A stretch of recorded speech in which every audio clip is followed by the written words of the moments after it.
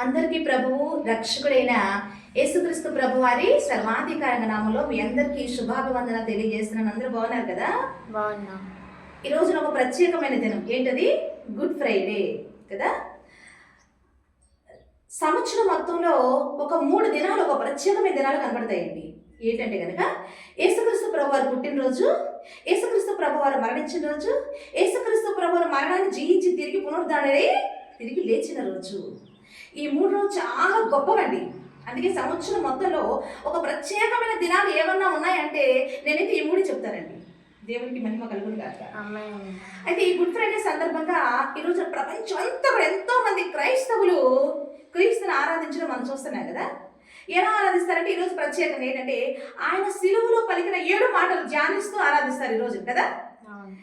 అయితే ఆ 7 మాటలను ఈరోజు చెప్పడానికి నాకు ఇచ్చిన టైం సరిపోదు కాబట్టి దేవుడు నాకు ఈ గుడ్ ఫ్రైడే సందర్భంగా కొన్ని మాటలు నా హృదయంలో పెట్టిన మాటలను బట్టి ఈరోజు కొన్ని మాటలు మీతో పంచుకోవడానికి మీ ఎదురు నిలబడి ఉన్నానండి.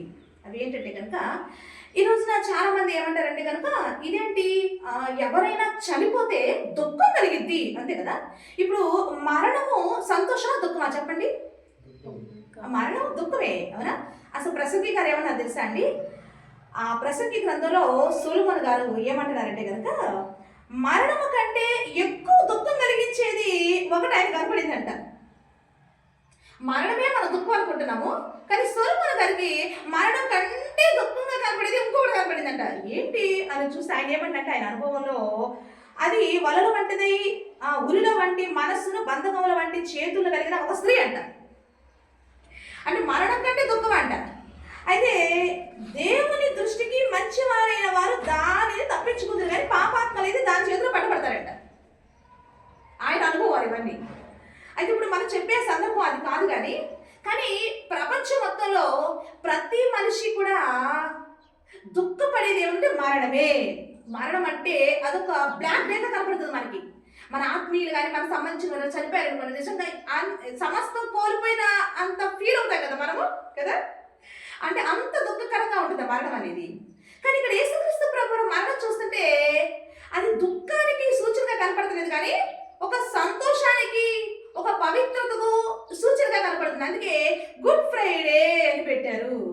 అంటే ఆయన మరణము మంచిదంట లోకానికి. ఎక్కడైనా మరణము బాధ కలిగిస్తుంది, కానీ యేసుక్రీస్తు ప్రభువు మరణం మాత్రం అది మనకు మంచిది అని అంటున్నారు. గుడ్ అనేది దేనికి వాడతామండి జనరల్గా అంటే, ఇప్పుడు ఎవరైనా బాగా పని చేశారనుకోండి, ఏమన్నా అరే వీడు చాలా గుడ్ వర్క్ చేస్తాడు అంట, అవునా కదా. అంటే మంచిగా బాగా పనిచేసే వాళ్ళు ఏంటంటే గుడ్ అనే పదాన్ని వాడుతూ ఉంటాం. బాగా ఏదైనా టేస్టీగా ఏదైనా మంచి బిర్యానీ చేశారండి, వెరీ గుడ్ టేస్ట్ అంటాం. అంటే ఏంటంటే కనుక ఇది చాలా రుచిగా ఉంది అని, అంటే మంచి మంచి మంచి చెప్పటానికి గుడ్ అనే పదాన్ని మనం వాడుతూ ఉంటాం అంతే కదా. అలాగే యేసుక్రీస్తు ప్రభువు మరణం కూడా ఒక మంచిదంట. నేను ఆలోచించానండి, ఈయన మరణం అసలు ఎందుకు మంచిది అనేది నేను ఆలోచిస్తే ఒకసారి ఆ యేసుక్రీస్తు ప్రభువారు మరి సిలువలోకి వెళ్లే ముందు ఒక స్త్రీ ఆయన ఏం చేస్తుందంటే విలువ కలిగిన జనామాంస అత్తరు తీసుకొచ్చి ఆయన తల మీద పోసి అభిషేకిస్తుంది. అప్పుడు యేసుక్రీస్తు ప్రభువు ఒక మాట అన్నారు. ఏంటి అని చూస్తే కనుక ఒక్కసారి ఆ మాట చూస్తే మార్కు సువార్త 14వ అధ్యాయము ఒకసారి 6వ వచనం చూస్తే కనుక ఆ స్త్రీ ఏం చేస్తుందంటే కనుక జటామాంస అత్తరుబుడ్డి తీసుకొచ్చి ఆ అత్తరుబుడ్డి పగలగొట్టి ఆ అత్తరు ఆయన తల మీద పోస్తే కొందరు చూసి ఈ అత్తరెందుకు ఇలా పాడు చేస్తారు అని చెప్పి తిడతారు. అప్పుడు యేసుక్రీస్తు ప్రభువు వారు ఏమంటారని చూస్తే కనుక ఈమె నా ఎడల మంచి కార్యము చేసేను అంటాడండి. ఎందుకు అంటే ఆయన ఏం చెప్తారంటే కనుక ఈమె తన శక్తి కొలది నా భూస్థాపన నిమిత్తము నా శరీరమును ముందుగా అభిషేకించెను అన్నాడండి. అంటే ఆమె అంటే యేసుక్రీస్తు ప్రభువు భూస్థాపన నిమిత్తం అంటే ఏంటి, ఆయన సిలువ వేయబడ్డ మరణానికి వెళుతున్న ముందు ఈ స్త్రీ ఏం చేసిందంటే కనుక విలువైన జటామాంస అత్తరుబుడ్డి తీసుకొచ్చి ఆయన అభిషేకిస్తుందండి. ఆయన తల మీదకి వస్తే ఆయన అంటాడు ఇది మంచి కార్యము అన్నాడు. అంటే ఆయన మరణాన్ని మంచిది అని చెప్తున్నాడు ఆయన. ఇంకా చూస్తే యోహాను గారి సువార్తలో ఒకసారి 11వ అధ్యాయము 47వ వచనం నుంచి చూస్తే కనుక ఇక్కడ ప్రధాన యాజకుడు యేసుక్రీస్తు ప్రభువారి గురించి ఏం మాట్లాడుతుందో చూస్తే కనుక 47 నుంచి ఒకసారి మనం చదువుకుంటే, కాబట్టి ప్రధాన యాజకులను పరిసయ్యులను మహాసభను సమకూర్చి మనం ఏం చేయించున్నాము, ఈ మనుషుడు అనేకమైన సూచక్రియలు చేయించున్నాడే, మనం ఆయనను ఎలాగో చూస్తూ ఊరుకుని ఎడలా అందరూ కూడా ఆయన విశ్వాసం ఉంచెదరు, అప్పుడు రోమీలు వచ్చి మన స్థలమును మన జనమును ఆక్రమించుకుందరని చెప్పింది. అయితే వారిలో కయపాను ఒకడు ఆ సంవత్సరం ప్రధాన యాజకుడై ఉండి, మీకేమీ తెలియదు, మన జనమంతయు నశింపకుండానట్లు ఒక మనుష్యుడు ప్రజల కొరకు చనిపోవుట మీకు ఉపయుక్తమని మీరు ఆలోచించుకొనరు అని వారితో చెప్పాను. తనంతట తానే ఇలాగూ చెప్పలేదు, కానీ ఆ సంవత్సరం ప్రధాన యాజకుడై ఉండేది కనుక యేసు ఆ జనము కొరకు మాత్రమే కాక చెదిరిపోయిన దేవుని పిల్లలు ఏకముగా సమకూర్చుటకును చావనై ఉన్నాడు అని ప్రవచించెను. కాబట్టి ఆ దినము నుండి వారు ఆయనను చంప ఆలోచన చేస్తూ ఉన్నారంట. అంటే యేసుక్రీస్తు ప్రభువాన్ని చంపాలనే ఉద్దేశము అప్పటి వరకు వారికి లేదు, కానీ గొప్ప గొప్ప కార్యాలు ఆయన చేస్తుంటే ఈయనేంటి ఇలా చేస్తున్నాడు అని చెప్పి ఈయన ఏం చేయాలి అని ఆలోచిస్తున్నారు, కానీ చంపాలని ఆలోచన అప్పటి వరకు లేదు. కానీ ఎప్పుడైతే ఆ సంవత్సరం ప్రధాన యాజకుడుగా ఉన్న కయప ఎప్పుడైతే ప్రవచించాడో, ఈయన మన జనమ కొరకు అదే విధంగా చెదిరిపోయిన పిల్లలు సమకూర్చారంటే ఒకడు చనిపోవుట మనకు మంచిది అని ప్రవచించారండి.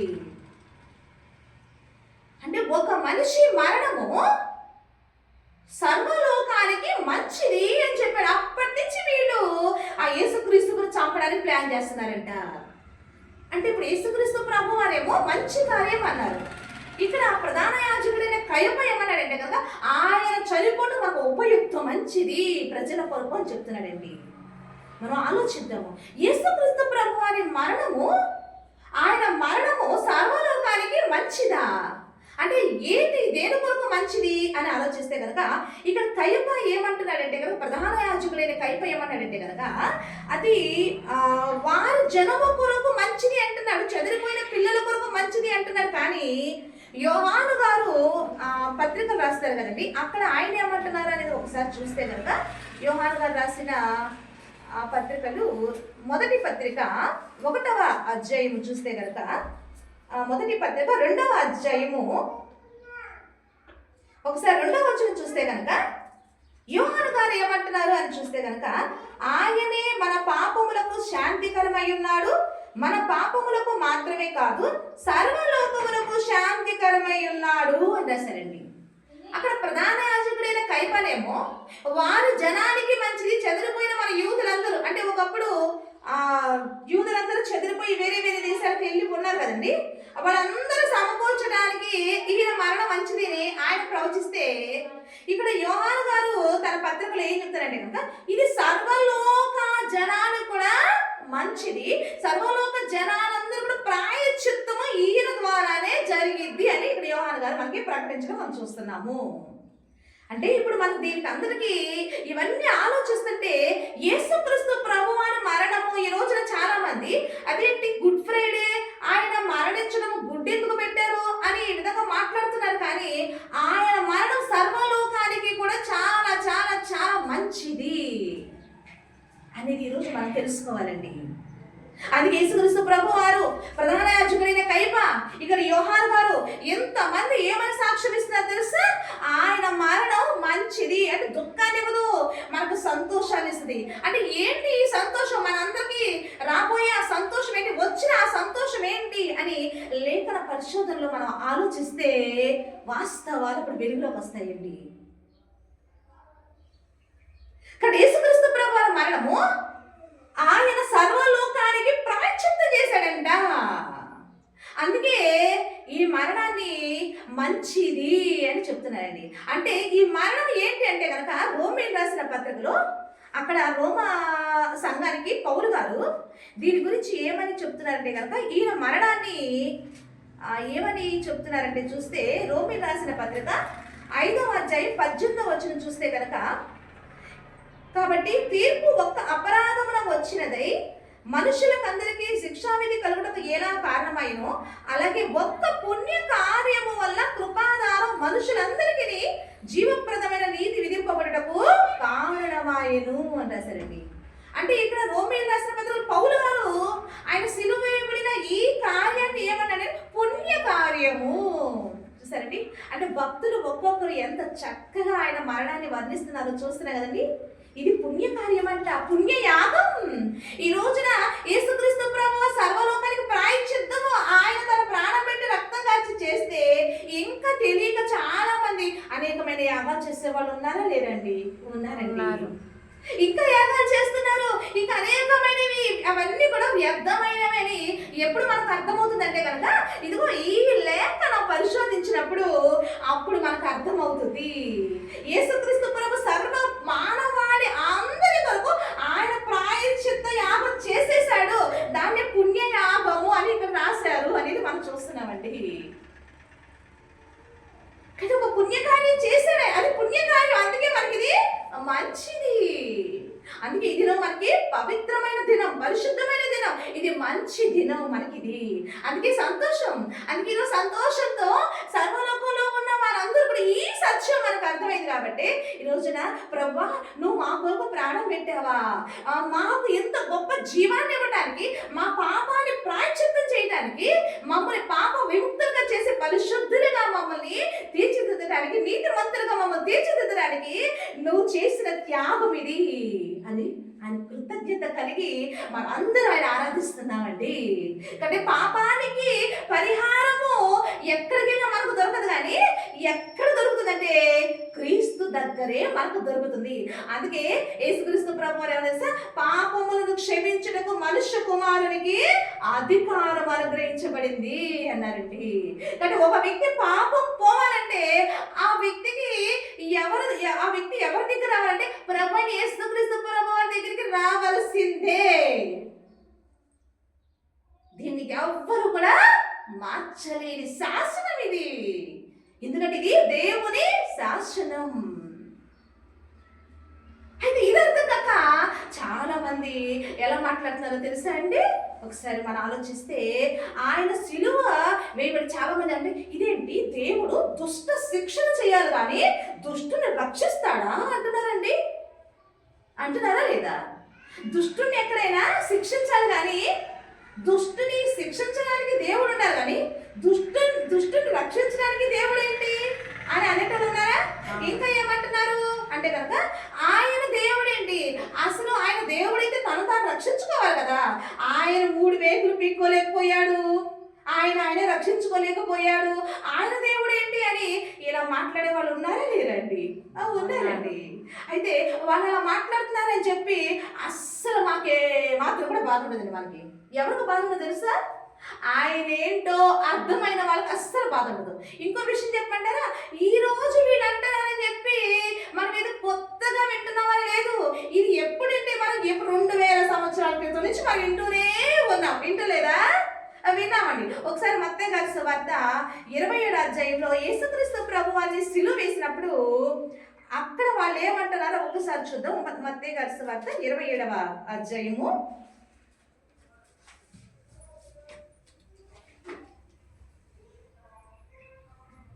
ఒకసారి 39 చదివితే కనుక, ఆ మార్గమున వెలుచుండిన వారు తలలుచుచు దేవాలయమును పడగొట్టి 3 దినములలో కట్టువాడా నిన్ను నీవే రక్షించుకును, నీవు దేవుని కుమారుడు అయితే శిలువ మీద నుండి దిగుమని చెప్పుచు ఆయనను దూషించిరి. చూసారండి, అంటే దూషణ ఇప్పుడా దూషిస్తుంది, ఆది నుండే దూషణలు జరుగుతున్నాయి. కాబట్టి ఇది శిలువ మీద 3 మేకులు పీక్కోలేని వాడు ఆయన ఎలాంటి మాటలు, ఇవాళ కొత్తగా వింటున్న మాటలైతే ఇవేమి కాదు అని మనం, అందుకే వాళ్ళని చూసి వాళ్ళ మీద మనమేమి ద్వేషం పెంచుకోవటం లేదు. కానీ యేసుక్రీస్తు ప్రభు వారు వాళ్ళ గురించి ఏమన్నారో తెలుసా అండి? అసలు ఎలాంటి వాళ్ళే కదా, సిలువ వేసింది ఎవరండి? యేసుక్రీస్తు ప్రభు వారిని ఇలా అనేటి వాళ్ళే కదా. వాళ్ళని చూసి యేసుక్రీస్తు ప్రభు వారు ఏమన్నారండి? తండ్రి వీరేం చేయించున్నారు, వీరు ఎరుగరు కనుక వీరిని క్షమించు అని చెప్పాడండి. కాబట్టి ఇలా అన్న వాళ్ళని దేవుడు ఏమైనా క్షమించమని, ఎందుకంటే వాళ్ళు తెలియక అంటున్నారు. అంటే మనకు తెలియాలంటే లేఖన పరిశోధన చేసినప్పుడు తప్పకుండా వాళ్ళకు కూడా అర్థమవుతుంది అనేది సత్యం. అయితే ఇంకా ఏమంటున్నారని చూస్తే కనుక దూషించారంట. ఇంకా చూస్తే అలాగే శాస్త్రులను పెద్దలను ప్రధాన యాజకులు కూడా ఆయనను అపహసించుచు వీడు ఇతరులను రక్షించెను, తన్ను తానే రక్షించుకొనలేడు, ఇజ్రాయేల్ రాజు కదా, ఇప్పుడు శిలువ మీద నుండి దిగినేలా వాని మనం నమ్ముతాము, వాడు దేవుని యందు విశ్వాసం ఉంచెను, నేను దేవుని కుమారుడని చెప్పిన కనుక ఆయనకి ఇష్టడైతే ఆయన ఇప్పుడు వారిని తప్పించునని చెప్పిరి. ఆయనతో కూడా శిలువ వేయబడిన బందిపోటు దొంగలు కూడా అలాగే ఆయనను నిందించారు. ఇప్పుడు ఇది చూసినప్పుడు ఇప్పుడు అంటున్న వాళ్ళ మీద మనకి ఏమైనా కోపం వస్తుందండి? అస్సలు కోపం రాదండి. ఎందుకంటే ఇది ఇప్పుడు కాదంటుంది, ఆది నుండి కూడా వాళ్ళు యేసుక్రీస్తుని అంటూ ఉన్నారనేది ఇక్కడ సాక్ష్యాధారాలు మనకి ఉన్నాయి. కాబట్టి వాళ్ళకి తెలియకన్నారు కనుక అంటున్నారు. కాబట్టి ప్రభు ఏమన్నాడు తెలుసా? వీరిని క్షమించండి అన్నాడండి. కాబట్టి ఈరోజు మేము కూడా అలా అంటున్న వారి మీద మేమేమి మరి కోపం తెచ్చుకోవటం లేదు, కానీ వారు తెలియక అంటున్నారు ప్రభు అని వారిని క్షమించమని మనం వారి కొరకు మనం ఏం చేస్తున్నామండి? ప్రార్థన చేస్తున్నాము కదా.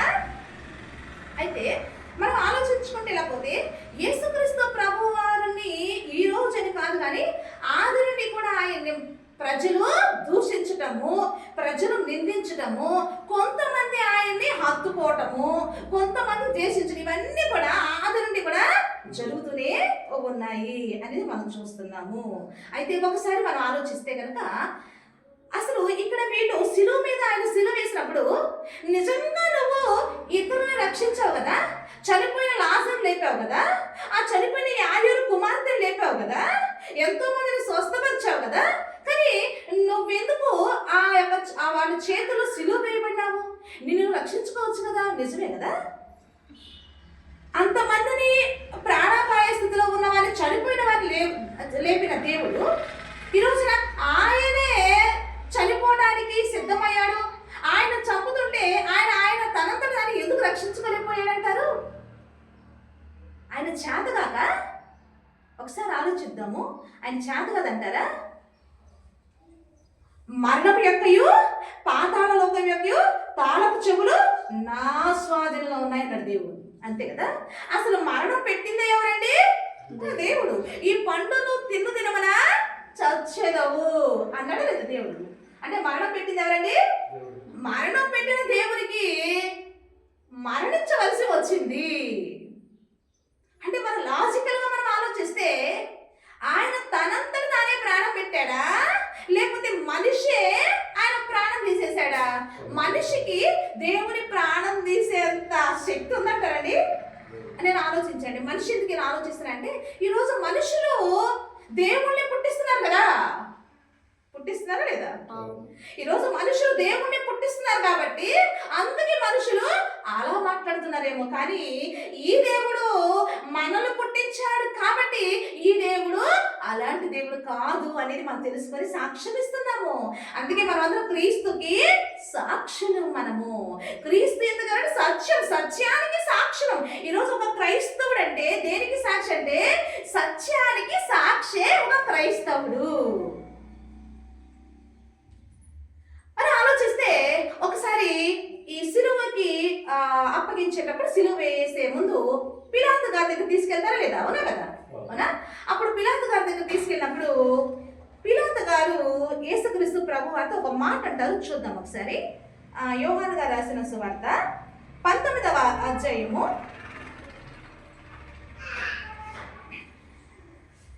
9 నుంచి ఒకసారి చూస్తే కనుక, నీవెక్కడ నుండి వచ్చిందని యేసుని అడిగాను. అయితే యేసు అతనికి ఏ ఉత్తరము ఇయ్యలేదు. కనుక పిలాతు, నాతో మాట్లాడవా? నిన్ను విడుదల చేయుటకు నాకు అధికారము కలదనియు, నిన్ను సిలువ వేయుటకు నాకు అధికారము కలదనియు నీవెరుగవా అని ఆయనతో అనెను. అందుకు యేసు, పైనుండి నీకు ఇయ్యబడి ఉంటేనే తప్ప నా మీద నీకు ఏ అధికారమును ఉండదు అన్నాడండి. అంటే ఒక పిలాతు ఏమంటాడంటే, నాకు అధికారం ఉంది, నిన్ను విడిపించడానికి నాకు అధికారం ఉంది, నిన్ను సిలువ వేయడానికి నాకు అధికారం ఉంది, నాతో చెప్పు అంటున్నాడు ఆయన. అప్పుడు యేసుక్రీస్తు ప్రభువు ఏమన్నా తెలుసా? అసలు నన్ను నీ చేతికి అప్పగించినా నువ్వు నన్ను సిలువకు అప్పగించాలన్నా, సిలువ వేయడానికి ఇవ్వాలన్నా నీకు ఫస్ట్ ఈ అధికారం ఇచ్చిన కదా, పై నుండి నీకు ఈ అధికారం ఇస్తేనే నువ్వు నన్ను ఏదైనా చేయగలవు అన్నాడండి. అంటే దేవుణ్ణి మనిషి ఏది కూడా చేయలేడు. పిలాతు సిలువకు అప్పగించాలంటే పిలాతుకి పై నుండి అధికారం తండ్రి ఇచ్చాడు కాబట్టి ఈరోజు యేసుక్రీస్తు ప్రభువు అని ఆయన శిక్షకి అనుమతించాడు అనేది యేసుక్రీస్తు ప్రభు తెలియజేస్తున్నారండి.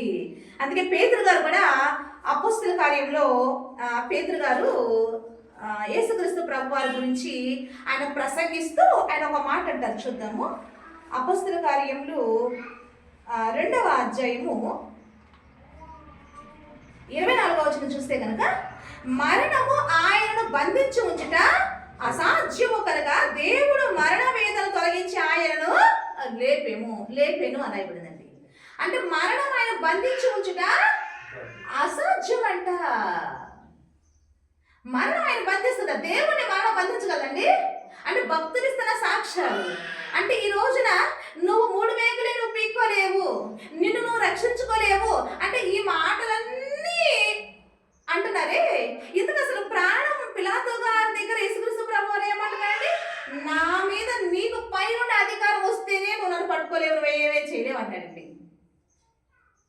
ఇంకా చూస్తే యేసుక్రీస్తు ప్రభు వారు యోహాను గారి సువార్తలో ఆయన ఏమంటున్నారు చూస్తే కనుక, యోహాను గారు రాసిన సువార్త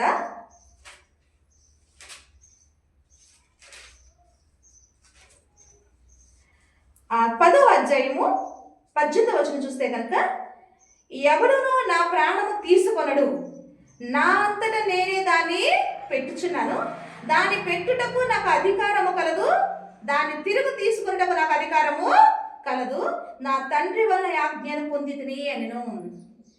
స్పష్టంగా యేసుక్రీస్తు ప్రభువు చెప్తున్న మాట ఏంటంటే, ఎవడు కూడా నా ప్రాణం తీసుకోవడానికి ఎవరికి అధికారం లేదు. నా ప్రాణము నేనే పెడుతున్నాను. పెట్టడానికి నాకు అధికారం ఉంది, తీసుకోవడానికి నాకు అధికారం ఉంది. అందుకే పేతురు గారు అన్నారు కదా, మరణం ఆయన బంధించి ఉంచుట అసాధ్యం. పిలాతు నువ్వేం చేయలేవు. ఈరోజు సిలువ వేయబడిన ఆ శాస్త్ర ప్రధాన యాజకులు మీరేం చేయలేరు. యేసుక్రీస్తు ప్రభువు ఏం చేస్తా, నా అంతట నేనే ప్రాణం పెడుతున్నాను. కాబట్టి ఈ రోజున ఆయన సిలువ తప్ప చెప్పారని ప్రాణం తీశారు అంటున్నారేమో. లేదు లేదు, ఎవ్వరూ ఆయన ప్రాణం తీయలేదు. ఆయన అంతటిగా ఆయనే తన ప్రాణాన్ని పెట్టాడు. ఎందుకు పెట్టాడు అంటే కనుక, ఇందాక చూసే కదా 1 యోహాను పత్రికలో ఆయన ఏం రాశాడు అక్కడ ఒకసారి చూస్తే, ఆయన ఎందుకు పెట్టాడు ప్రాణం అంటే కనుక 1 యోహాను పత్రిక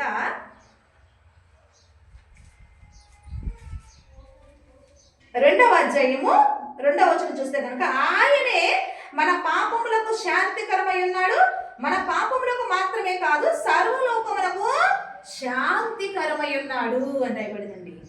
అంటే మన పాపములకు శాంతి, మన పాపాలకు ప్రాయశ్చిత్తము జరగాలంటే ఆయన ప్రాణం పెట్టాలి. కాబట్టి ఆది నుండి కూడా ప్రవక్తల ద్వారా, అంటే సృష్టి ఆరంభంలో ఏదేను తోటలో జరిగిన ఆజ్ఞ అతిక్రమానికి వచ్చిన పాపానికి పరిష్కారము ఈ రోజున రక్తం అనే క్రయధనాన్ని చెల్లించి ఈరోజు యేసుక్రీస్తు ప్రభువారు మనందరికీ ఏమి ఇచ్చారు తెలుసా అండి? పాపానికి విడుదల, విమోచన, పాపానికి ప్రాయశ్చిత్తం మనకిచ్చి, పాపానికి క్షమాపణ మనకిచ్చి ఈ రోజున మనందరికీ ఆయన ఇచ్చిన జీవం. ఈ రోజు మనందరికీ ఆయన ఏమి ఇచ్చాడండి? జీవం ఇచ్చాడు. అందుకే ఆయన జీవాధిపతి. అందుకే పేతురు గారు ఆయన ప్రసంగం చేస్తే అపోస్తల కార్యంలో క్రీస్తు గురించి ఆయన ఏమన్నారో చూస్తే కనుక, ఆ ప్రజలంట చంపేస్తే వాళ్ళతో ప్రసంగిస్తూ ఇక్కడ పేతురు గారు ఏమని చెప్తారో చూస్తే కనుక, అపోస్తల కార్యములు 3వ అధ్యాయము 14వ వచనం చూస్తే కనుక, మీరు పరిశుద్ధుడును నీతిమంతుడునైన వాణిని నిరాకరించి నరహంతకుడైన మనుష్యుని మీకు అనుగ్రహింపమని అడిగారు. మీరు జీవాధిపతిని చంపితిరి కానీ దేవుడు ఆయన మృతుల నుండి లేపెను, అందుకు మేము సాక్షులము అని రాశాడండి. అంటే వీళ్ళు ఎవరిని కోరుకొని ఎవరిని సిలువేయమని అడిగారంట అంటే కనుక, ఆ రోజు బందిపోటు దొంగను కోరుకొని యేసుక్రీస్తు ప్రభువుని సిలువేయి అని వాడు కోరుకున్నారంట. కానీ పేతురు గారు ఏమన్నా తెలుసా, మీరు జీవాధిపతిని మీరు చంపేశారు, మీరు దొంగలు కోరుకున్నారు. అయితే ఆయన మృతుల నుండి తండ్రి ఆయన్ని లేపెను. కాబట్టి ఆయన ద్వారానే ఇదిగో ఈ సర్వలోకానికి ఏం కలిగిందంటే కనుక క్షమాపణ, పాప క్షమాపణ, పాపానికి ప్రాయశ్చిత్తం అని పేతురు గారు సర్వలోకానికి సువార్త చేస్తూ సువార్త ద్వారా తెలియజేస్తున్నారండి. కానీ ఈరోజు సువార్త ద్వారా మనం తెలియజేస్తుంది ఇదే, ఏంటంటే ఒక పుణ్యకారి యేసుక్రీస్తు ద్వారా ఒక కల్వరి శిలువలో ఒక పుణ్యయాగం జరిగింది. సర్వమాన పాప పరిహారము, సర్వమానవాడి పాప పరిహారము యేసుక్రీస్తు ప్రభు వారి ద్వారా మాత్రమే జరిగింది అని చెప్పి ఆయనే సిలువలో యాగంగా బలయ్యాడు అని చెప్పి ఈ రోజున మనము సర్వలోకానికి సువార్త ద్వారా మనము తెలియజేస్తూ క్రీస్తు సాక్షులుగా మనము ఈ రోజున మనము ఉన్నాము. అది ఆలోచిద్దామండి. కాబట్టి ఏ మనిషి కూడా ఆయన చంపే అధికారం మనిషికి లేదు. ఆయనే తనంతటిగా తానే ప్రాణం పెట్టాడు. కాబట్టి ఆయన ప్రాణం పెట్టకుండా రక్షించుకునే శక్తి ఆయనకే ఉంది, మరణం ఆయన చేతిలో ఉంది. కానీ ఆయన ప్రాణం ఎందుకు పెట్టాడు తెలుసా? మన కోసమే, నీ కోసమే, మన కోసమే. ఆయన ప్రాణం పెట్టకపోతే ఈ రోజున మనం అందరం కూడా ఆ యొక్క నిత్య నరకం అనే ఆయన అగ్ని గుండంలోకి ఈ రోజున ప్రతి మానవుడు వెళ్ళిపోతున్నాడు అనేది సత్యం. అంటే ఈ రోజున ఒక్క మనిషి ఆ అగ్నిగుండం తప్పించబడ్డాడంటే కనుక అందుకు కారణం ఏమైనా తెలుసా అండి? ప్రభు యేసుక్రీస్తు ప్రభు వారు పెట్టిన ప్రాణ త్యాగమే. అందుకు నేను సాక్షినే. ఈరోజు నేను కూడా ఎక్కడి నుంచి వచ్చానని, నేను కూడా ఒకప్పుడు క్రీస్తుని ఎరగని ఒక హైందవురాన్ని, కానీ ఈ రోజున నేను ఎందుకు ఇలా సాక్ష్యం ఇస్తున్నానంటే కనుక నేను కూడా ఎక్కడి నుంచి వచ్చానో నాకు అర్థమైంది. నేను ఎక్కడి నుంచి వచ్చానంటే పాతాళ ఊబిలో నుండి నేను వచ్చే ఈ రోజు క్రీస్తు దగ్గరకు వచ్చిన వాళ్ళందరూ కూడా పాతాళ ఊబిలో ఆ నిత్య అగ్నిగుండం అనే మరణంలో ఉన్న వాళ్ళందరూ కూడా ఈ రోజున పైకి లెగిసి ఇదిగో క్రీస్తు దగ్గరకు వచ్చి ఆ పరలోకానికి ఎక్కుతున్నారనేది సత్యం. ఆలోచిద్దామండి. యేసుక్రీస్తు ప్రభు వారి ప్రాణం ఎవరు తీయలేరు. ఆయన దుష్టుని శిక్షించుకుంటా పోతే ఈ రోజున భూమి మీద ఒక్క మనిషి కూడా నిలడు. ఒకసారి ఆలోచించండి. ఎవరు మనస్సాక్షి ఒకసారి ఆలోచించండి. ఏ పాపం చేయకుండా మనిషి ఉన్నాడండి? లేడు. ఏ పాపం చేయకుండా భూమి మీద మనిషి ఉంటాడా? బైబిల్ కూడా ఏం చెప్పిందండి? నీతిమంతుడు ఒక్కడు కూడా లేడు, ఏ భేదం లేదు, అందరూ కూడా పాపం చేసి దేవుడు అనుగ్రహించి మహిమను పొందలేకపోతున్నారు అన్నది నిజమండి. ఈ రోజున స్టేజ్ మీద మంచి ప్రసంగాలు ఇచ్చి ఎన్నెన్నో గొప్ప గొప్పగా మరి మనుషులు ఎదురు పెద్దగా కనపడే మనిషి ఒక్కసారి వెనక్కి వాళ్ళ జీవితాలు తొంగి చూస్తే ఏం కనపడుతుందండి? చీకటే, భయంకరమైన చీకటే కనపడుతుందండి. అందుకే అంట కదా, కనపడితేనేమో కనపడకపోతే దొర, కనపడితేనేమో దొంగలే. అంటే అంటే నీ విషయం బయటకు రానంత వరకు నువ్వు దొరగానే ఎదుగుతూ ఉన్నావు. కానీ ఏదో ఒక రకంగా నీ విషయం బయటకు వచ్చినప్పుడు నువ్వు మనుషులు ఎదుట ఒక దోషిగా నువ్వు కనపడుతున్నావండి. కాబట్టి ఈ ముసుగులాటలో ఏదంటారు సామెత ఏంటంటే ముసుగులో గుద్దులాట, అవునా? అంటే ఈ పాపం ముసుగులో గుద్దులాటలు ఎందుకండి? అంటే యథార్థంగా ఒప్పుకుందాం. దేవుడు మనకిచ్చిన ఈ చిన్న ఆయుష్కాలము, ఈ టైంలో మనము సత్యాన్ని ఒక్కసారి మనసు పెట్టి ఆలోచించి చనిపోయే లోపు యేసుక్రీస్తు ప్రభు వారు మనకిచ్చిన మంచి అవకాశాన్ని మన సద్వినియోగం చేసుకుందామా, లేదంటే అజ్ఞానుల వల్ల దుర్వినియోగం చేసుకుందామా? ఈ రోజున జ్ఞాని దేవుడు తనకి ఇచ్చిన టయాన్ని మంచిగా సత్యాన్ని తెలుసుకొని సద్వినియోగం చేసుకుని ఈ రోజున జ్ఞాని ఎంతో చక్కని మరణం ఏంటంటే ఆ జీవాన్ని సంపాదించుకునే మరణం పొందుతున్నాడు. ఈరోజు అజ్ఞాని అజ్ఞానమైన మాటలతో నెగిటివ్గా మాట్లాడుతూ నశించిపోయే వారికి ఈ మాటలు ఎలా ఉన్నాయంట? వెరితనంగా ఉన్నాయంట.